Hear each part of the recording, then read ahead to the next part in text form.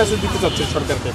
এখান থেকে আমরা প্রথমত যে মেসেজটা দিতে চাচ্ছি সেটা হচ্ছে আমাদের মানে আমি এটা চিন্তা করছি যে আমরা এখানে দাঁড়িয়ে আছি কিছুক্ষণের ঘামে আমাদের এই অবস্থা, আমরা একদম মানে মনে হচ্ছে আমরা গলে যাচ্ছি।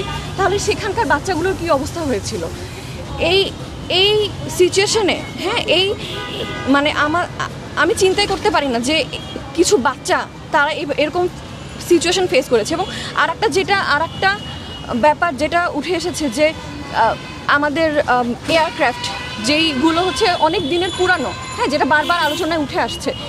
আমরা চাই সরকারি সঠিক পদক্ষেপ এবং জবাবদিহিতা যে আমাদের এই পুরানো এয়ারক্রাফটগুলো সরানো হবে এবং আমাদের বিমান বাহিনীকে, আমাদের সেনাবাহিনীকে আরও আধুনিক করা হবে, কারণ এটা আমাদের দেশের নিরাপত্তার বিষয়। এটার সাথে আমরা কোনোভাবেই কোনো ধরনের মানে কম্প্রোমাইজ করতে পারি না। তো আমাদের দাবি থাকবে সরকার যেন একটা সুষ্ঠু তদন্ত করে এবং আমাদের এই আহত এবং নিহতদের সুষ্ঠু চিকিৎসার ব্যবস্থা করে এবং আমাদের হসপিটাল বার্ন ইউনিটগুলোকে আরও বেশি হচ্ছে তারা উন্নত করার চেষ্টা করে।